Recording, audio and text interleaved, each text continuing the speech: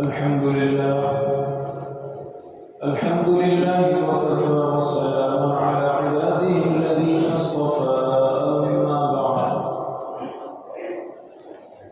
قال الله تبارك وتعالى في القرآن المجيد والفرقان الحميد أعوذ بالله من الشيطان الرجيم بسم الله الرحمن الرحيم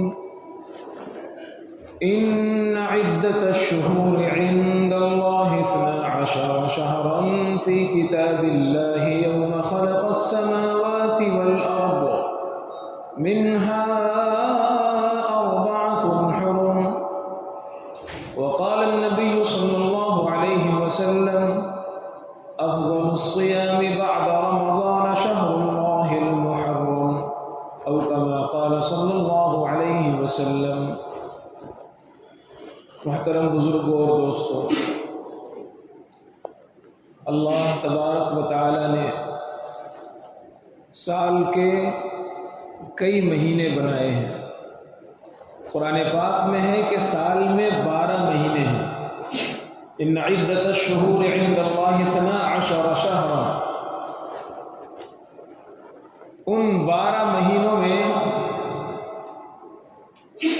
منہا 4 حرم، 4 مہینے بڑی فضیلت والے اور بڑی برکت والے، بڑے احترام والے ہیں. ان 4 مہینوں میں ایک مہینہ محرم الحرام بھی ہے جو شروع ہو چکا ہے. تو یہ ماہ محرم الحرام جو ابھی ہمارے درمیان سے گزر رہا ہے، یہ بڑی فضیلتوں والا، بڑی برکتوں والا اور بڑی رحمتوں والا مہینہ ہے. اور یہ برکت اور رحمت اس لیے نہیں ہے کہ اس مہینے میں نواسۂ پیغمبر حضرت فاطمہ کے لخت جگر حضرت حسین رضی اللہ تعالی عنہ کی شہادت کا واقعہ پیش آیا، بلکہ اس سے پہلے بھی اس کی فضیلت ہے. ایک حدیث میں نے مسلم شریف کی آپ کے سامنے خطبے میں پڑھی. اللہ کے پیغمبر صلی اللہ علیہ وسلم نے فرمایا، افضل الصیام بعد رمضان، ماہ رمضان کے بعد اگر کسی مہینے میں سب سے افضل روزہ رکھنا ہے شہر اللہ المحرم، تو وہ ماہ محرم کے روزے اللہ کی نظر میں بہت افضل ہیں. رمضان کے روزوں کے بعد ماہ محرم کے روزے خدا کی نظر میں بہت اونچا مقام رکھتے ہیں. اچھا، ماہ محرم میں کب روزہ رکھیں؟ من صام یوما، یہ الترغیب والترہیب حدیث کی کتاب ہے، اس کے اندر ابن عباس رضی اللہ تعالی عنہ کی یہ حدیث موجود ہے. فرمایا من صام یوما، جو ماہ محرم میں ایک دن کا روزہ رکھے گا وہ ایسا ہے جیسے اسے 30 روزوں کا ثواب ملے گا. ایک دن کے روزے کا ماہ محرم میں ثواب دوسرے دنوں میں 30 دن روزہ رکھنے کے برابر ثواب رکھتا ہے. پورے محرم میں آپ کبھی بھی روزہ رکھیں، صرف عاشورہ کی بات نہیں ہو رہی ہے، صرف 10 محرم کی بات نہیں ہو رہی، پورے محرم میں آپ کبھی بھی روزہ رکھیں. حدیث موجود ہے، اللہ کے پیغمبر نے ارشاد فرمایا ایک روزے کے بدلے میں 30 روزوں کا ثواب ملے. کتنی عظمت والا، کتنے احترام والا اور کتنی برکتوں والا مہینہ ہے. لیکن افسوس یہ ہے کہ ہم اس مہینے کو ایسے ہی ضائع کر دیتے ہیں، ادھر ادھر کے کاموں میں لگا دیتے ہیں، دوسری بہت سی ایسی چیزیں کر لیتے ہیں جس کا قرآن و حدیث میں ذکر نہیں، جو ہمارے پیغمبر نے ہمیں بتایا نہیں، جو ہمارے صحابہ نے ہمیں سکھایا نہیں. ہم ایسی بہت سی چیزیں کر لیتے ہیں اور اس محرم کے مہینے کو ہم یوں ہی برباد کر دیتے ہیں. حالانکہ ہمیں اس محرم کے مہینے میں قدر کرنا چاہیے. یہ حرمت والے مہینے ہیں، احترام والے مہینے ہیں. امام قرطبی رحمۃ اللہ علیہ ایک بڑے عالم گزرے ہیں، ان کی ایک کتاب ہے الجامع لاحکام القرآن جو تفسیر قرطبی کے نام سے مشہور ہے. اس میں حضرت نے یہ جملہ لکھا ہے، فرمایا اگر ان 4 مہینوں میں، یعنی جس میں محرم بھی شامل ہے، اگر کوئی نیکی کرتا ہے تو نیکی کا بھاؤ بڑھ جاتا ہے، اور کوئی برائی کرتا ہے تو گناہ کا پاپ بھی بڑھ جاتا ہے. جیسے کوئی روڈ پر گناہ کرے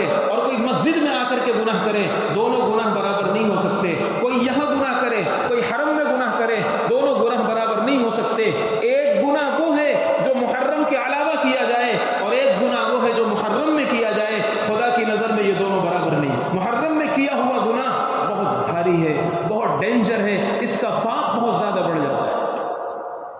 لیکن افسوس یہ مہینہ آتا ہے اور ہم خرافات میں، دوسری بہت سی چیزوں میں لگ کر کے اسے ضائع کر دیتے ہیں. نہ تو ہم روزہ رکھ پاتے ہیں، نہ تو نیکیاں کر پاتے ہیں، نہ تو عبادات کر پاتے ہیں، نہ تلاوت قرآن کر پاتے ہیں، بس ایسے ہی اپنے وقت کو ضائع کر دیتے ہیں.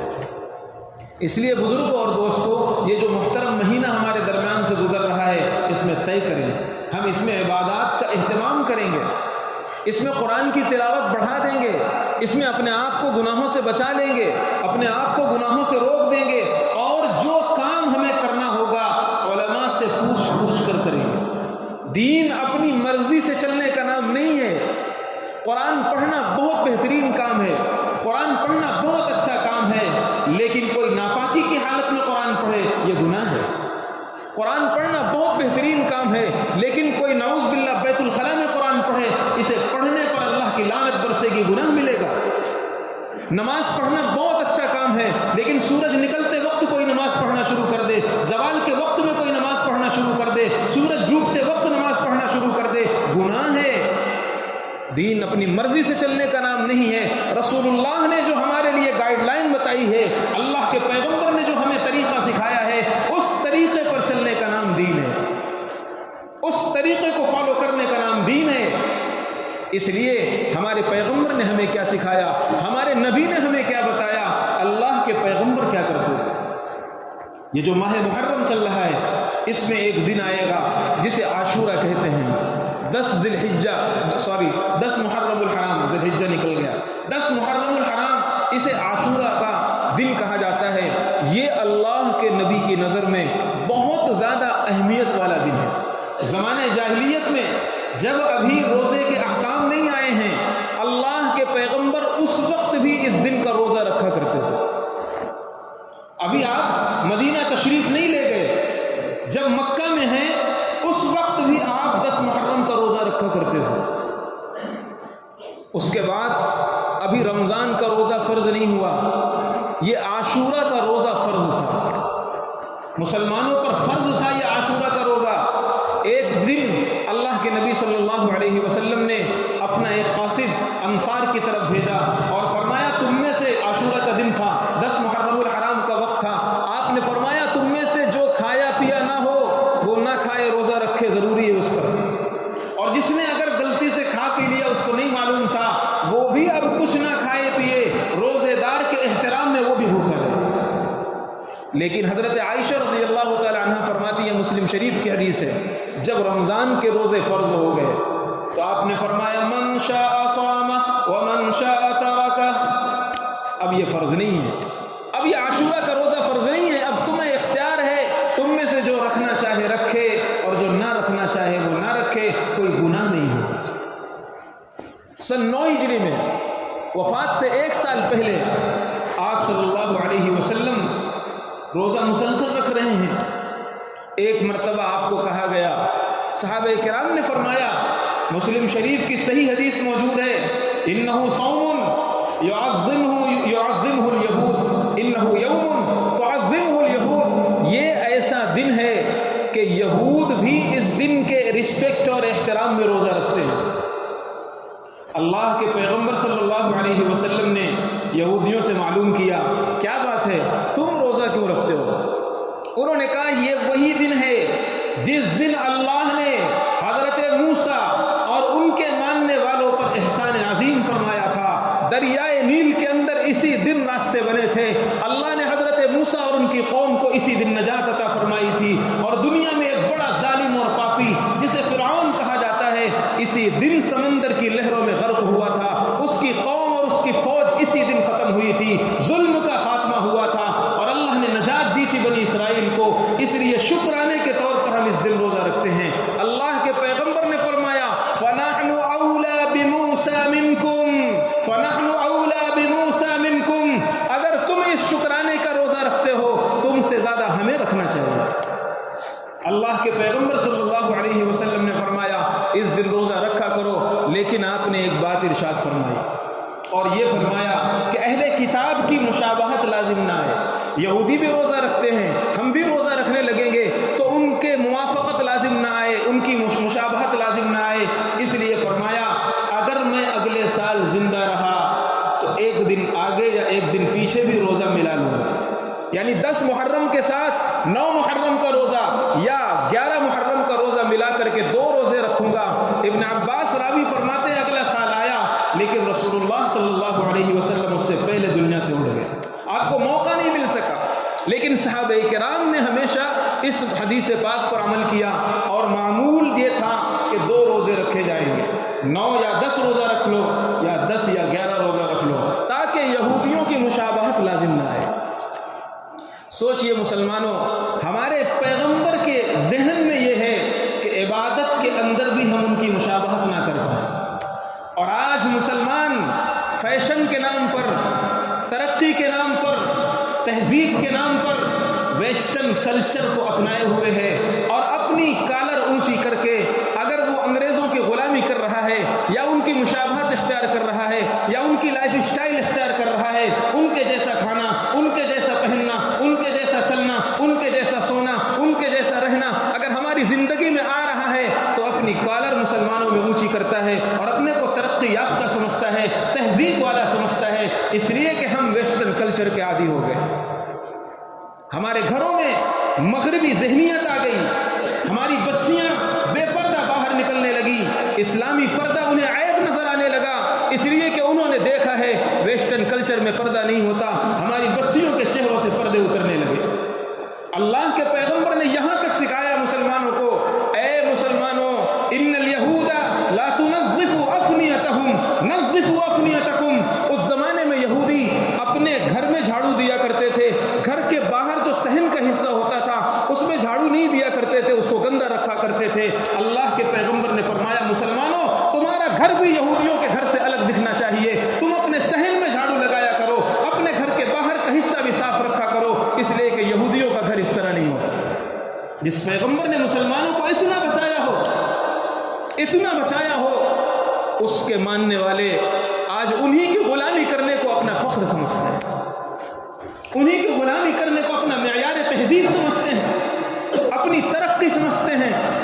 مسلمانوں اور بزرگوں اور دوستوں، اللہ کے پیغمبر صلی اللہ علیہ وسلم نے کئی حدیثیں ہیں، پورا باب ہے، چیپٹر ہے، ذخیرہ ہے۔ میں نے اس ٹاپک پر 350 پیج کی کتاب لکھی ہے، صرف اسی ٹاپک پر کہ اللہ کے پیغمبر نے کس طرح مسلمانوں کو دوسروں کی مشابہت سے بچایا ہے۔ بات دوسری طرف چلی جائے گی، ورنہ میں آپ کو مثالیں دیتا، ایک ایک چیز نبی پاک صلی اللہ علیہ وسلم نے بتایا۔ مسلمانوں دیکھو، تمہارا یہ لائف اسٹائل یہ ہے، تمہارا طریقہ یہ ہے، غیروں کا طریقہ یہ ہے، تم اپنا طریقہ ان کے اس میں مت ڈھونڈو۔ تمہارے لیے تمہارا نبی ہے، تمہارے لیے تمہارے صحابہ ہیں، تمہارے لیے تمہاری ازواج مطہرات ہیں، ان کی لائف اسٹائل کو دیکھو اور اپنی زندگیوں میں اتارو۔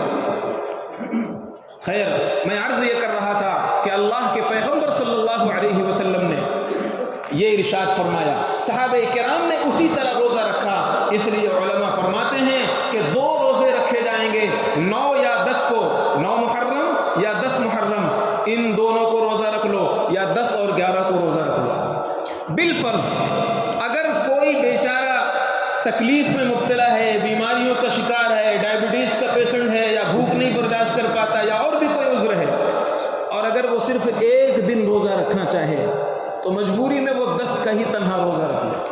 اگرچہ زیادہ بہتر یہی ہے کہ 2 روزہ رکھے، لیکن اگر کسی وجہ سے 2 روزہ نہیں رکھ سکتا تو کم سے کم 1 روزہ رکھ لے۔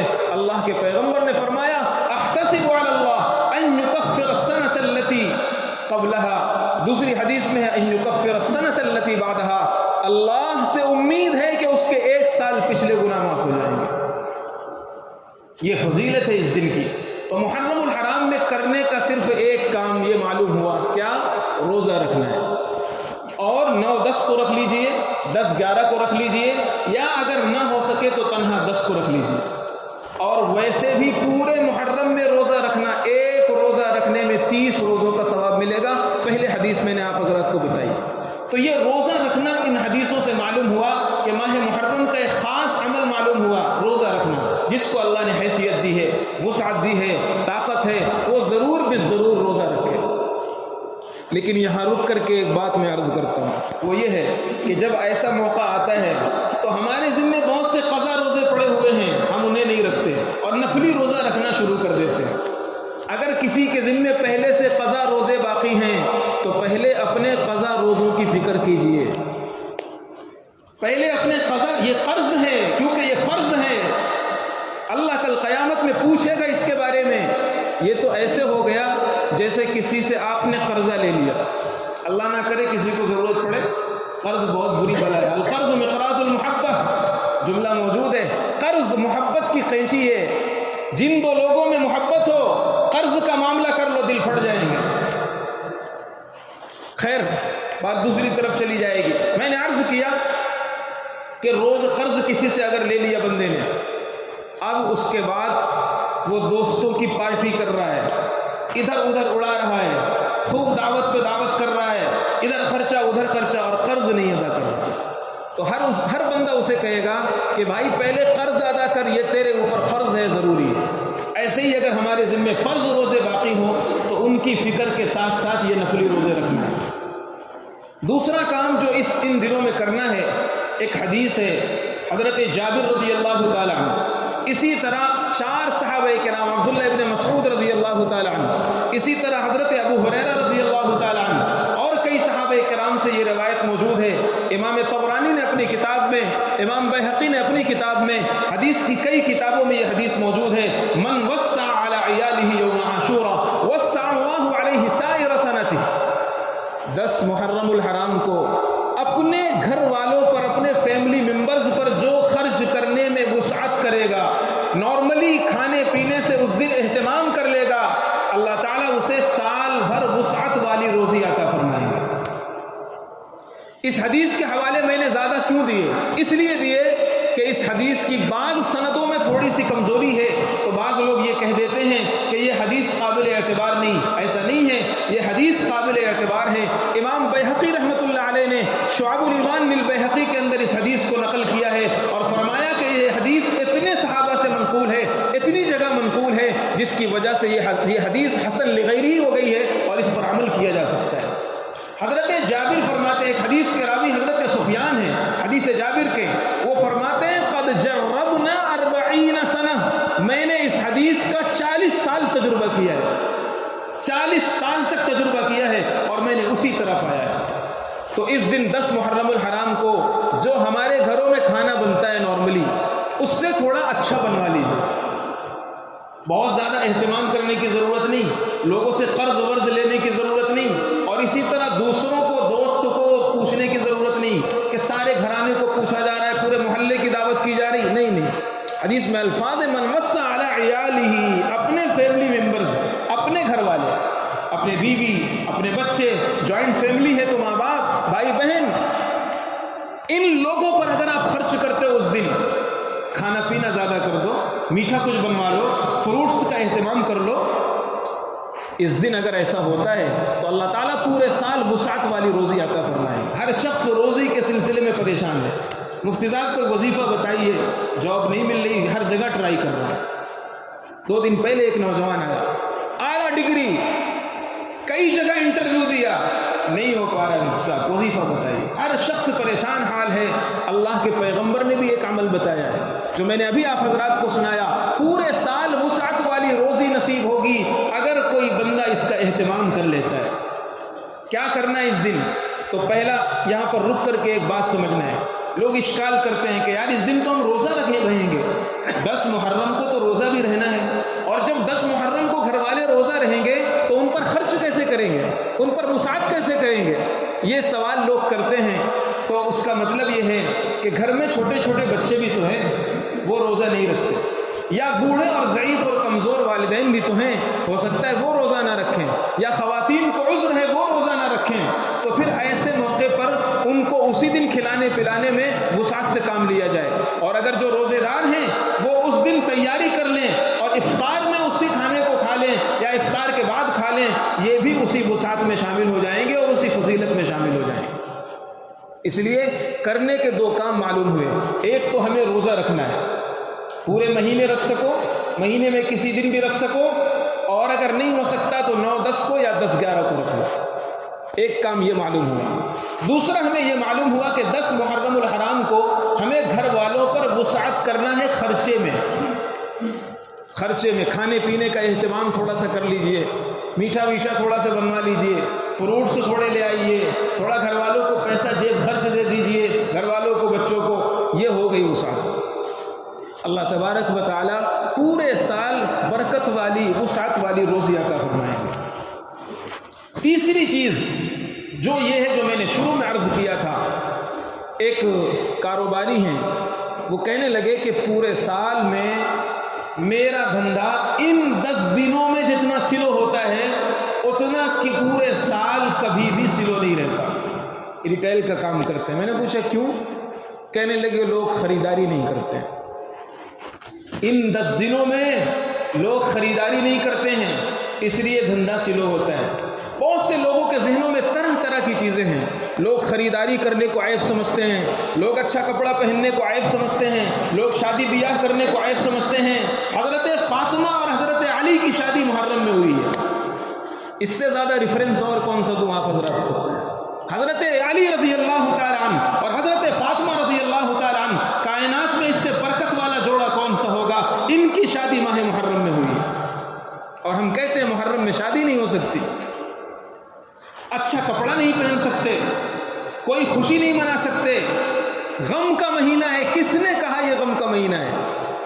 کس نے کہا؟ دین اپنی مرضی سے چلنے کا نام نہیں ہے۔ اگر اس وجہ سے ہم غم منا رہے ہیں کہ حضرت حسین رضی اللہ تعالی عنہ کی شہادت ہوئی تھی، تو شہادت غم کی چیز نہیں ہے، خوشی کی چیز ہے۔ شہادت غم کی چیز نہیں ہے۔ اللہ کے پیغمبر صلی اللہ علیہ وسلم دعا کر رہے ہیں، اے اللہ مجھے شہادت کی موت عطا فرما۔ اے اللہ میرا دل یہ کرتا ہے میں زندہ کیا جاؤں، 3 مرتبہ آپ نے صحیح حدیث میں فرمایا، میں زندہ کیا جاؤں، تیرے راستے میں لڑوں، پھر شہید کیا جاؤں، پھر زندہ کیا جاؤں، پھر لڑوں، پھر شہید کیا جاؤں، پھر زندہ کیا جاؤں، پھر شہید کیا جاؤں۔ 3 مرتبہ آپ نے یہ ارشاد فرمایا۔ حدیثوں میں دعائیں موجود ہیں۔ عبداللہ حضرت عمر رضی اللہ تعالی عنہ دعا کرتے، اللہم ارزقنی شہادتا فی سبیلک، اے اللہ تیری راہ میں مجھے شہادت کی موت عطا فرما۔ علامہ ابن کثیر رحمۃ اللہ علیہ بڑے عالم ہیں، وہ کہتے ہیں کہ اے لوگو، حضرت حسین رضی اللہ تعالی عنہ سے افضل ان کے والد حضرت علی ہیں، حضرت علی سے افضل حضرت عثمان ہیں، حضرت عثمان سے افضل حضرت عمر ہیں، حضرت عمر سے افضل حضرت ابو بکر ہیں، حضرت ابو بکر رضی اللہ تعالیٰ عنہ صرف شہید نہیں ہوئے، حضرت عمر شہید ہوئے، حضرت عثمان شہید ہوئے، حضرت علی شہید ہوئے۔ یہ 3 صحابہ کرام، پوری امت کا اجماع اور اتفاق ہے کہ انبیاء کے بعد سب سے افضل صدیق اکبر، اس کے بعد فاروق اعظم، اس کے بعد عثمان غنی، اس کے بعد علی مرتضیٰ۔ اگر ہمیں غم کا مہینہ سمجھنا ہے، غم کا دن سمجھنا ہے، حضرت علی کی شہادت پر بھی غم ہونا چاہیے، حضرت عمر کی شہادت پر بھی غم ہونا چاہیے، حضرت عثمان کی شہادت پر بھی غم ہونا چاہیے۔ لیکن نہیں، حضرت عمر شہید ہو جاتے ہیں، کسی صحابی نے حضرت عثمان اور حضرت علی نے غم نہیں منایا۔ وہ جانتے تھے غم منانے کا مہینہ نہیں ہے، غم منانے کا دن نہیں ہے۔ ہمارے گھروں میں اچھا کھانا نہیں بنتا ہے، اچھے کپڑے نہیں سلائے جاتے ہیں، خوشی نہیں منائی جاتی، گھر میں شادی بیاہ نہیں کیا جاتا، کوئی چیز لین دین نہیں کرتے، گفٹ نہیں دیتے، لینا دینا نہیں ہوتا، دعوتیں نہیں ہوتی، پارٹیاں نہیں ہوتی، دھندے نہیں ہوتے، کاروبار نہیں ہوتا۔ یہ دینداری نہیں ہے۔ میں نے شروع میں عرض کیا تھا، دین اپنے من سے چلنے کا نام نہیں ہے، اس گائیڈ لائن میں چلو جو محمد الرسول اللہ نے ہمارے لیے دی ہے صلی اللہ علیہ وسلم۔ اس لیے جو ہمارے پیغمبر ہمیں بتائیں گے، جو ہمارے نبی ہمیں سکھائیں گے، جو قرآن و حدیث سے ہمارے لیے ثابت ہوگا، وہی دین ہے۔ اور کرنے کا یہ کام ہے جو میں نے آپ حضرات کو بتایا، اس کے علاوہ جو بھی کیا جاتا ہے وہ سب رسمیں ہیں، وہ سب غلط ہے، وہ سب غیر شرعی طریقہ ہے۔ اس لیے بزرگوں اور دوستوں، آج جو ہمارا یہ جو دن چل رہے ہیں، ان دنوں میں خاص طور پر ہمیں اس کا اہتمام کرنا چاہیے کہ ہم سے کوئی گناہ نہ ہونے پائے، کیونکہ اگر آپ جھوٹ دوسرے دنوں میں بولیں گے تو بھی گناہ ہے، اور ان دنوں میں بولیں گے تو گناہ بڑھ جائے گا۔ چغلی، غیبت، جھوٹ، بدنگاہی، میوزک، گانا، موبائل کا غلط استعمال، یہ نکالیے اپنی زندگیوں سے، یہ ہٹائیے اپنی زندگیوں سے۔ اگر ہم ان چیزوں کا اہتمام کر لیتے ہیں اور بچ جاتے ہیں تو پھر امید ہے کہ ہم ان دنوں کا صحیح استعمال کر رہے ہیں. اور اگر اللہ نہ کرے ہماری زندگیوں میں وہی غلطیاں، وہی گناہ، وہی خرافات، تو پھر ہمیں بہت ڈرنا چاہیے، کیونکہ ان دنوں میں گناہوں کا ریٹ اور بھاؤ بڑھ جاتا ہے. اللہ تبارک و تعالی ہمیں عمل کی توفیق عطا فرمائے اور ہمیں دین کی سمجھ عطا فرمائے، ہمیں اپنی نسلوں کی فکر عطا فرمائے، ہمیں اپنے اولاد کی فکر عطا فرمائے. ہم نے بچوں کو چھوڑ دیا، اب یہ ان دنوں میں کچھ بھی کریں گے، کہیں بھی جائیں گے، ناچیں گے، ڈی جے بجائیں گے، کودیں گے، اور ماں باپ کے ماتھے پہ بل نہیں پڑے گا، ماں باپ کے ماتھے پہ شکن نہیں آئے گی. اور پھر جب بچہ ہمارے ہاتھ سے نکل جائے گا، پھر جب ماں باپ کے سامنے غرانے لگے گا، تب کہیں گے مفتی صاحب اولاد نافرمان ہو گئی، اولاد نافرمان ہو گئی. ہم نے کس طرح اس کی تربیت کی ہے؟ اس لیے ہمیں اپنے گھر کو سنبھال کر رکھنا ہے. باہر کیا ہو رہا ہے وہ مت دیکھیے، ہماری ذمہ داری ہماری اپنی ذات کی اور اپنے گھر والوں کی ہے. یا ایھا الذین آمنوا قوا انفسکم واہلیکم نارا، اے ایمان والو اپنے آپ کو اور اپنے فیملی کو جہنم کی آگ سے بچاؤ. یہ ذمہ داری ہمارے اوپر عائد ہوتی ہے. اللہ تبارک